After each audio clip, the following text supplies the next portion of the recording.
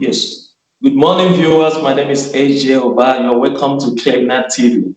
Today we have a guest and a special guest on the platform, and I'll be taking you to our guest shortly. But before we do that, I would like you to take your time to log into www.clevenard.com to be able to subscribe so that you can have access to our programs. We have a distinguished guest on our studio this morning by name Madam Lara Gureje Odenrede. So she'll be taking us through on an initiative called Rebuild Nigeria Initiative. And she'll be giving us an oversight on what this initiative does and what they intend to do for the people of Nigeria and the world at large. So here we have our distinguished guest, Madam Odenrede. You're welcome to the program, Madam. Thank you, and thank you for having me. Okay, so quickly let's go to what we have. This morning, in your own words, who is Madam Lara Gureje Odenrede? Thank you, and that's actually the simplest question.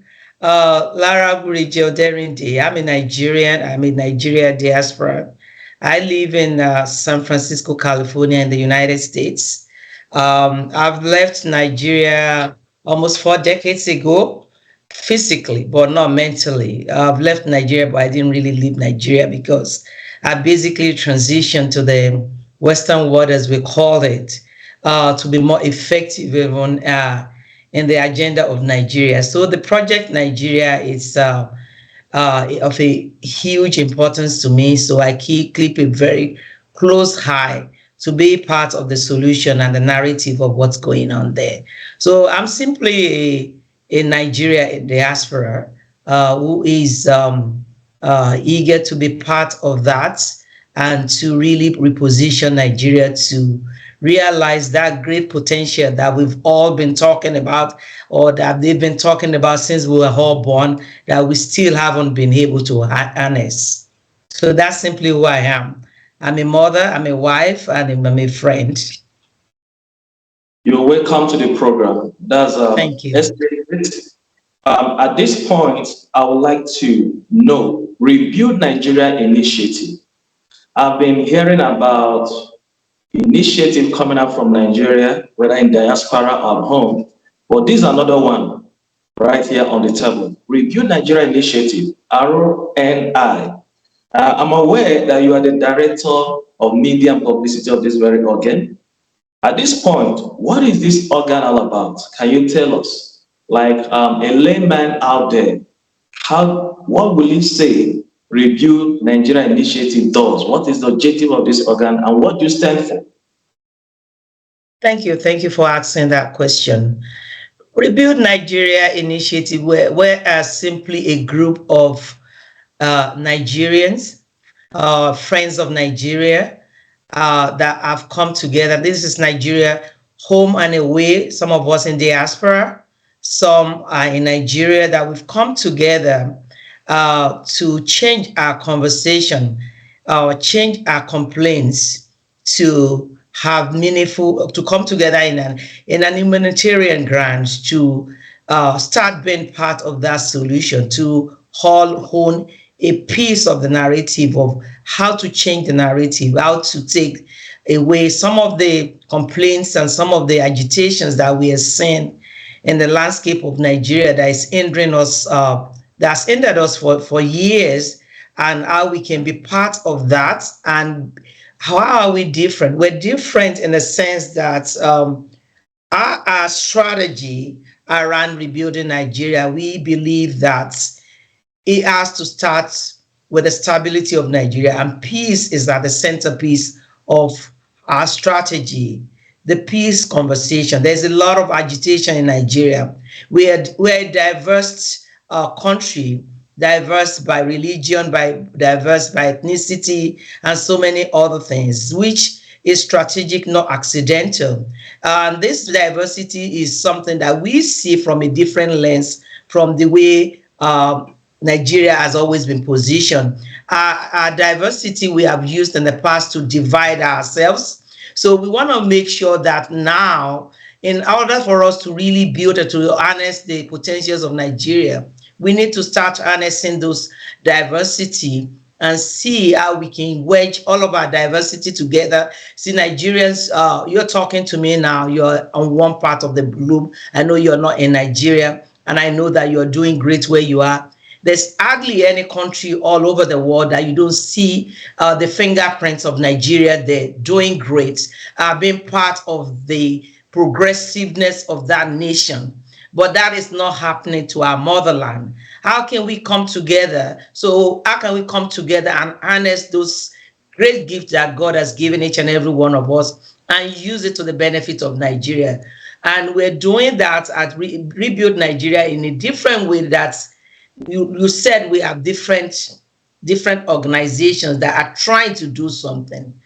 Ours, we simply want to come together with everybody that is doing something. Instead of us doing all of these things in silo, how can we harness all of those energy together, all of those passions, all of those lessons learned, where we have failed, where we have been successful, even strengths of Nigeria. Like today, we're having this peace dialogue at Antwerp, Belgium. And we have a lot of people that are non-Nigerians that we want to be able to sit and listen to them and learn something from how they've been able to forge peace, unity in a similar setup in their different countries, how we can gain something from them and put that into our own use case and use that to change our trajectory. So basically, we want to work with other coalitions that are doing something to progress Nigeria, to foster that peace, and really put us again on the path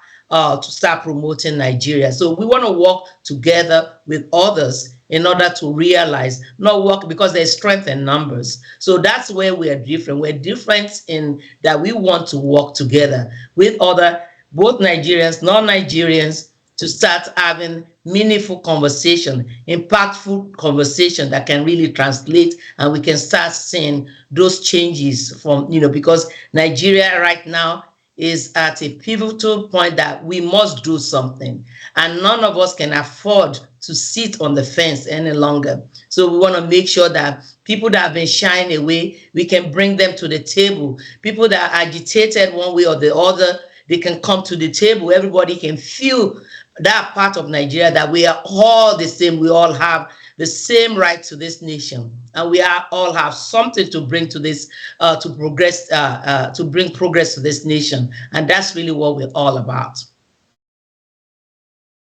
Okay, thank you for that. At this point, I would also like to know who is behind this initiative. Is it state actors or non-state actors? Can anyone ordinary Nigerians? We're ordinary Nigerians. We're not state actors, and we all, we represent all the different ethnic minorities or majorities that we might call ourselves. All the ethnicity of Nigeria is well represented in our come together. Our president's name is Pastor Itua Igodalo, is a pastor in Nigeria, and we have people on our team as well that are both Muslims and Christians. And today, even in the conversation we're going to have today, we have Dr. Fatima Akilu, who has been doing amazing work in the northern part of the country. She's a Muslim, and we are working together, both Christians and Muslims, and representing both North, South, East, and everywhere. So you can see that representation when you go to our board, when you go to Rebuild Nigeria Initiative, you see the different rainbows of Nigeria represented in that coalition. So yeah, and our vice president is Honorable Collins Iweke, who is, so we are ordinary Nigerians, so we're not state actors. Okay, that is okay. Now, today I'm aware that there's going to be peace dialogue for Nigeria in Belgium. Yes. My question is, what exactly are you going to be discussing at that meeting? There is a lot of conversations that we are going to be having today. We have friends of Nigeria that are not necessarily Nigerians by birth. If you look at the people that we have on the panel of that discussion, you see, of course, we have Nigerians there, and when we have non-Nigerians, we wanted to start discussing some of the fault lines that we have, tell our story. The fault lines that we have in Nigeria in terms of agitation, we have, agitation from a religious base. We have the Boko Haram, we have the youth, we have people that feel that they've been disenfranchised one way or the other. We want to be able to bring those people to the table and listen and have conversation so that everybody is heard. We want to carve out a strategy to be able to bring those people to the table. So we have on our panel people who have been doing this work years, in not in Nigerian setup, but in other countries that have been able to bring agitated voice and people together to sit at the table and have conversation, to be able to mend fences, let's put it that way, and be able to forge ahead. They've done that. They have history, they have examples. We want to be able to learn from them. That's why we're coming to our friends of Nigeria that are outside of the country, that are here, that are going to be part of that conversation today, so that as we paint the picture around who we are in Nigeria, and tell them our story and the different fault lines that we have, we can learn something from them. And again, not just learn something from them, because Nigeria is huge and we are the biggest, most populous Black nation. And anything happening in Nigeria, the world must pay close attention. The peace of Nigeria is the peace of the world. And anything contrary to that is also going to everybody, every global world. The global world should know that they are stakeholders of everything happening in Nigeria. So we want to sensitize them with that. We want to partner with them. We already have partners, but we want to partner with them more. We're not asking them to solve our problems. We're just saying that we're coming to the table. Let's learn from you. And we know our story. We know our issues. Come work with us and strengthen us to be able to help ourselves. That's simply going to be really the thread line of our conversation today. Okay, that's very correct. We are going to go for a break at the moment. At the time we return, we're going to take this discussion further. So let's go for a break. Thank you. Clevenard in Diaspora Television is an internet online TV service. What sets us apart is a unique combination of hit African content, first and exclusive international free movies, series, musics, news, events, documentaries, tourism, teleshopping shows, youth TV programs, and live interviews. Clevenard Diaspora Television is available throughout sub-Saharan Africa and to the diaspora markets worldwide. Take your entertainment with you wherever you go. Watch on your smartphone, tablet, laptop, smart TV, depending on your device. Watch free movies with Clevenard Movies Television. Stop searching for free movies websites and watch Clevenard Movies Television. Watch your favorite African shows anywhere at any time. Don't forget to check out our top 5 TV channels created to get you informed. TV1, Clevenard in Diaspora Television. TV2, Clevenard Youth Television. TV3, Clevenard Movies Television. TV4, Clevenard Teleshopping Television. TV5, Clevenard Tourism Television. To start watching, sign up at www.clevenard.com and follow the easy steps. Once you're done, log into the Clevenard website or app on your device, click on any one of our 5 TV channels, and hit play. We will be very satisfied and happy to welcome you to our team as one of our new business partners. Contact info@clevenard.com +34 631 279811. Website www.clevenard.com. Yes, you're welcome back. It's Clevenard TV in Diaspora, and we have our special guest today by name Madam Oderinde. Madam Oderinde is the Director of Media and Publicity, Rebuild Nigeria Initiative, RNI. So we have her on the studio this morning to give us an oversight of what this initiative does and what it's doing for Nigerians, more especially the state of Nigeria at this moment. So we have her on board this morning. So, Madam, moving forward in our discussion, I would like to know, how do you intend to rally and arouse state actors and non-state actors to achieve your objectives as RNI? Thank you. That's a very good question you're asking. State and non-state actors, because everyone has to be part of this. And that's why we have to be very strategic. And that's part of, like I said earlier, the reasons why we're here in Belgium today. We want to learn from people who have walked the walk, who have walked the path. Of course, we have some ideas of what we need to do. We know everyone needs to come to the table. And of course, we're not short of brilliant ideas in Nigeria, because we've seen ourselves thriving as we leave the country. But we know in order for us to execute well, we need to engage the state actors, the implementation of it as well. We need to work with those at the helm of government, one way or the other, to make sure that this is realized.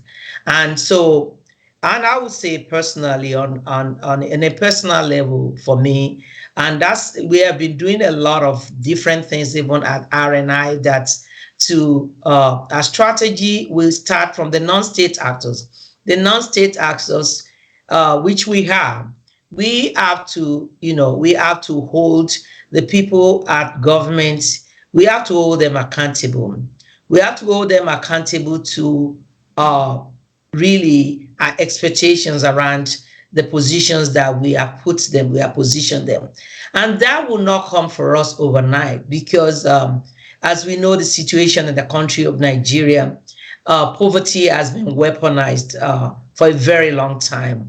That it's very difficult for most people, because of the level of poverty, to actually be able to see from the lens that they do have power in electing people. We have election coming up in the next few months, and how people go to the polls.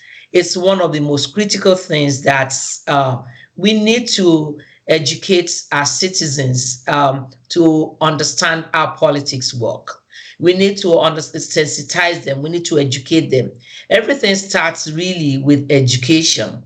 How do we educate our people, sensitize our people in the country to understand to be able to articulate what they need? And when people come in and promise them something, how do you hold them accountable for that? How do you monitor them? How do we make sure that we're getting a fair hearing around the things that we're asking for? And if they're not doing that, how do we do that? What are some of the things? So sensitization, education is going to be really at the heart of what we do for ordinary citizens, to educate them about their rights, so that every time they have to make that call, they're coming from a position of strength rather than a position of weakness. Because over the decades, Nigerians have gone to the polls from a position of weakness, in my opinion.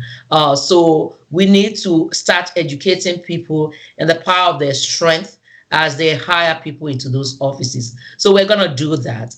And we want to be a watchdog as well, as we engage the state actors. The state actors, and how we do that, again, we are not politically flavored in any way, but it's very important for us to be a watchdog, as to, make sure that we have they understand that they're being watched. There's transparency with what's going on, how we can provide that, how we can put that touchlight on them, so that people can see truly what is going on, and based on the promissory notes that those we put at the helm of government, what they're doing. And that educates our people, that give people insight into who is leading them and how they're leading them. So that if there's transparency in what's going on. So we want to be able to be that watchdog as well. And then make sure that, the right of every citizen is heard. And if it's not being heard as well, the torchlight will reveal what's going on in the landscape. And we want those state actors to be aware as well that we're watching them. We're not just coming every 4 years. When you come every 4 years to get people's vote, that's not when we want to engage you. We want to be part of that conversation. We want to showcase what you're doing. If you're doing great, let's celebrate you. If you're not, then let's put that, torchlighters there as well, so that you can see where you're falling. And so we have KPIs that we can measure you against. And so those are some of the little things as well, because again, information is power. And we want to be able to make sure that our people are really know what's going on, and transparency is going to be key. Regulating our state actors is going to be key, and governing every sector is going to be very critical. Okay, that's very explicit. Now, my concern is this at this point, because we are both Nigerians. I'm not a fan of Nigeria. You are not neither a fan. We are both part and parcel of this system called Nigeria, citizens of Nigeria. And we know that Nigeria of today is far from Nigeria of 10 years ago. A lot has happened in Nigeria. A lot is still happening in Nigeria. So which means there is need, there is an urgent need for radical awareness of Nigerians who live in Nigeria and outside Nigeria, in order to address the concerns affecting Nigerians, as whether it's home or abroad. Now, with the level of civil unrest, political tension, human acts of terrorism as witnessed in today's Nigeria, I would like to know, what is your take? What drastic measure or steps is your organization taking to radically address these negative directions? Because as we sit here this morning, people are killed in Nigeria. People are being kidnapped in Nigeria. These things were not so before. Kidnapping is on rampage. So a lot of things are happening. People are no longer safe to go to their farm. Their ancestral farmlands are being overrun by bandits and criminals, what have you. So it's really a concern, and no nation will succeed politically without peace. So what role is your organization doing to make sure that this level of heightened political tension that have generated into terrorism and on civil unrest, banditry, kidnapping, and what have you, we stop? So what do we do? What will be your role? Let's say, again, I wish there's a magic wonder that we can all flip, and so I'm hearing you. I hear you really well, and that's where we are all stakeholders in this. And that is the concern. That's really the most critical. The security of the country, the agitations that are coming from every hand. It's not safe to go anywhere in the country. We know all those stories. We know everything that it's very, very concerning. And like we said, peace is the cornerstone of this. How do we restore that peace? First, we need to know what is causing all those agitations. Some of the agitations we think we know. Some of them maybe we don't know. But until we actually start addressing those agitations, I don't think we're going to really get a good grasp of where these things are coming from. We have the Fulani herdsmen, we have the Boko Haram, we have all these different, we have the Yoruba nations, we have the Biafrans, we have all of this. Everybody is aggrieved with one thing or the other. But and equally so, because when people have their back against the wall, you can expect anything to happen from that point. And everybody have a good story behind what is going on, because when you have a nation that is set up or is being led in a way that people don't see the equity there, people don't feel that they're part of that, and people feel that they're being sidelined, you're bound to have that. People don't feel that they're being heard. You're bound to have that. So our organization, RNI, what we're trying to do as one of the first thing is bring these people to the table. Every agitator, we want to have conversation. Let's have people don't just make noise for the noise of it. It's like you have a child and that child is crying. There's a reason for that. And you're not going to be able to address that unless you bring them to the table as equal stakeholder. And I say, let's have conversation to really actually, I might think that I know your agitation if you are part of the Biafran.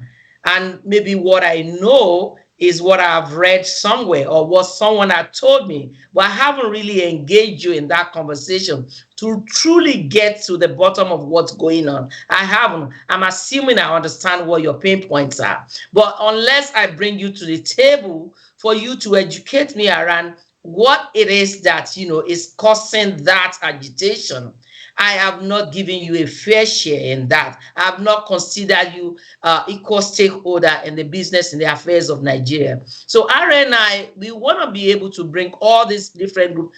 Let's have conversation with each, and it's not going to be, we're not, yes, we have a huge ambition around this. It's not going. We know that it's not going to be an easy part. Israel and Palestine is not a one day a conversation, but we can begin to have conversation with each of these groups to understand their storyline, to not assume we understand their storyline, and bring them to the table and have conversation and say, what do you want? What is the issue? How can we work together? What would be a best case scenario of Nigeria for you? And bring them to the table to have this peace dialogue, because every stakeholder of Nigeria wants the best of Nigeria. And until we start listening to them, we're not going to be able to turn things around. And we want to have leaders that understand those fault lines that we have and can be sensitive to those fault lines. And we bring those people, all agitating parties,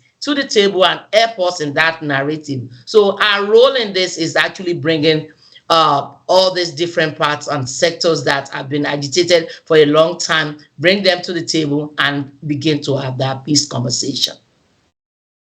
Okay, at this point, I would also like us to go back for a short break. By the time we return, we'll be able to look at some of the few questions we have here. So let's go for a break. We'll come back and we'll continue. Thank you. In the 21st century's technological advancement, we all seek opportunities to move and network with the emerging space. Introducing Clevenard blog and event posting. Do you think you have some interesting materials, good content, articles, and stories? Then feel free to publish them on Clevenard blog and events page, just as team of our writers are doing presently. By blogging on Clevenard's blogs and events, you benefit from our reach and network. There are a constant stream of people visiting our social platform, and we have figured out just how to distribute our contents. This means you can basically skip the line and get access to a big audience from day one. Furthermore, we can help you get in touch with important people for projects with possibilities of translating your content into other languages and republishing them on Clevenard. This helps preserve and protect your content from getting lost.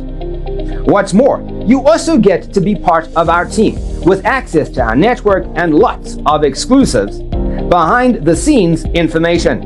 And of course, you get full credit for everything you do, which brings you popularity and make extra income.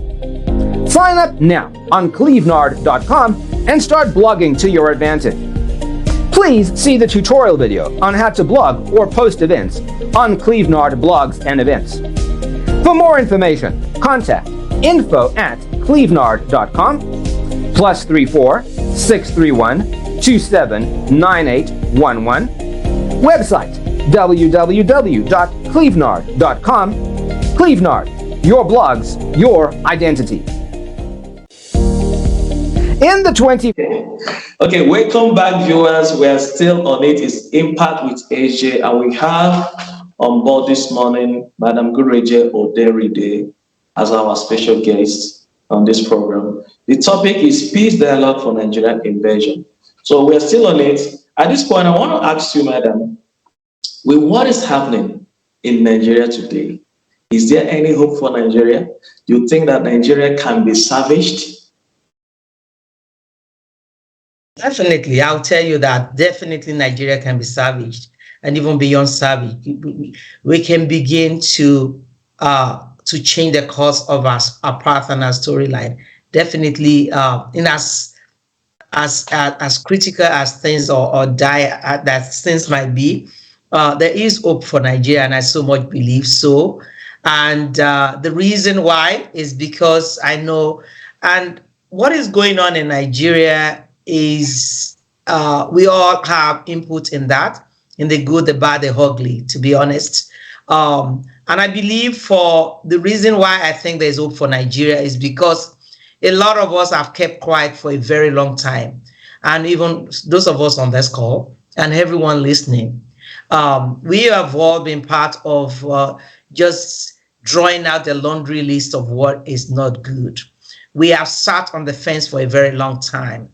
And then we wonder why we have the quality of leadership or people that come to the table to rule the nation when the best and the brightest of us have shied away from holding political offices.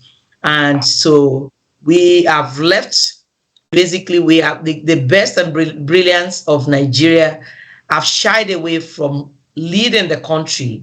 And now we wonder why we have the not so, the worst of us ruling the countries, because the best of us have simply said, I don't want to be part of it.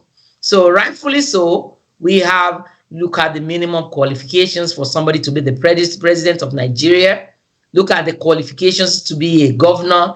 It's disheartening to even think about that when you see the caliber of Nigerians ruling and being part of the narratives in the United States, in the UK, and all over the globe. That we have every nation, they're picking the brightest Nigerians to help them lead chart the course in their country. And the same people, those of us that have been successful on the other side of the aisle, when it comes to matters of Nigeria, we have shied away.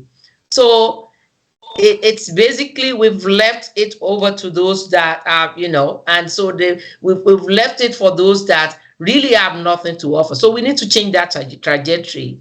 And I believe so because a lot of us are coming to the table. A lot of us have been sitting. A lot of people that have been quiet for a very long time.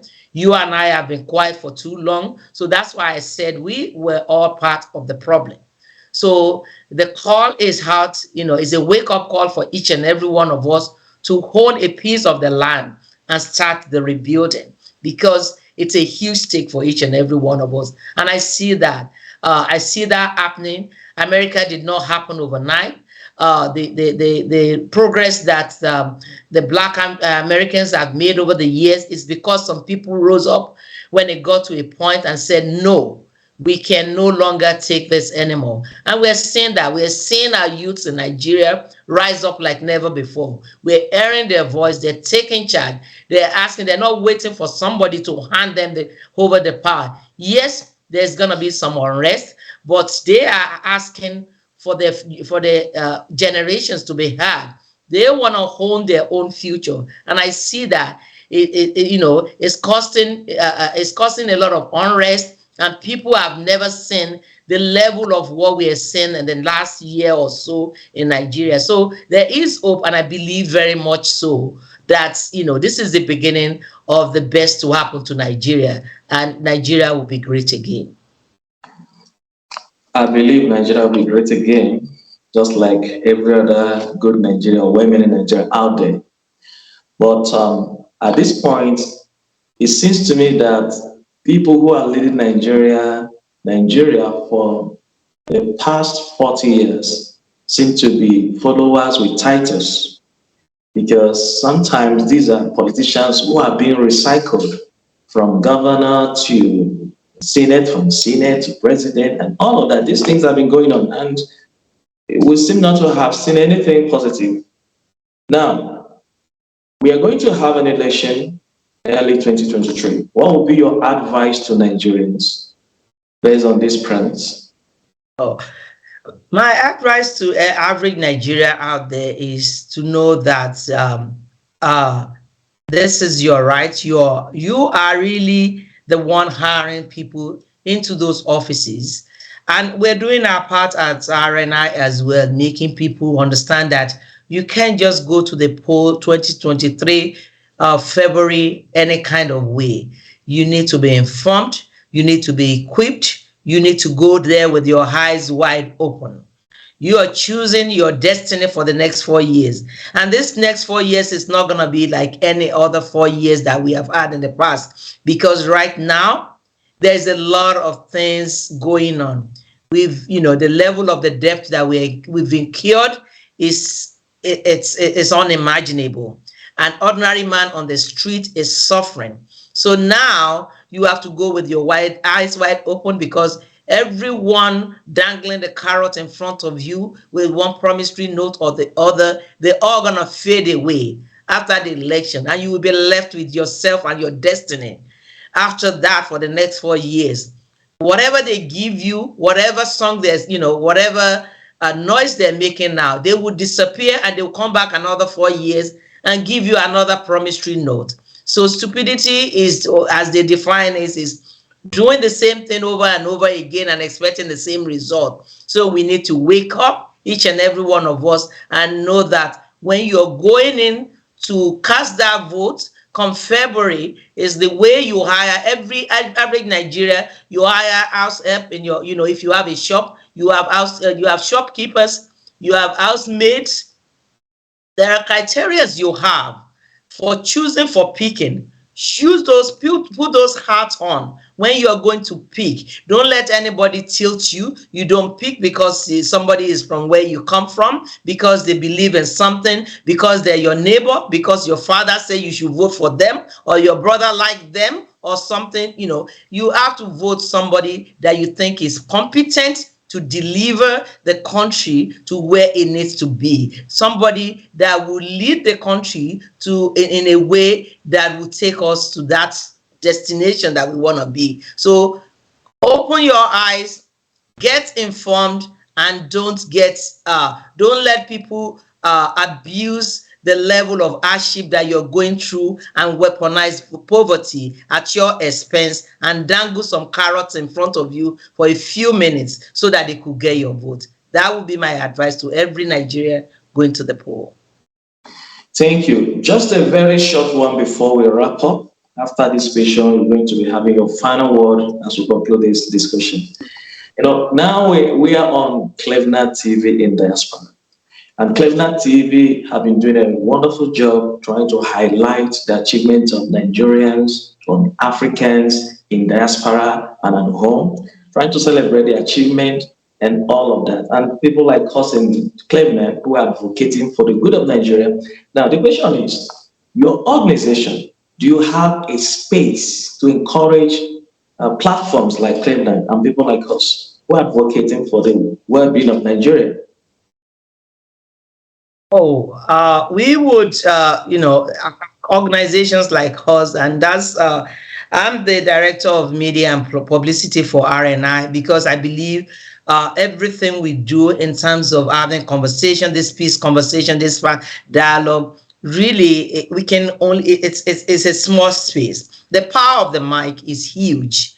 The power of the mic is with the media, the platform that you guys have. Yes, for RNI, we have our own website, Rebuild Nigeria Initiative.org.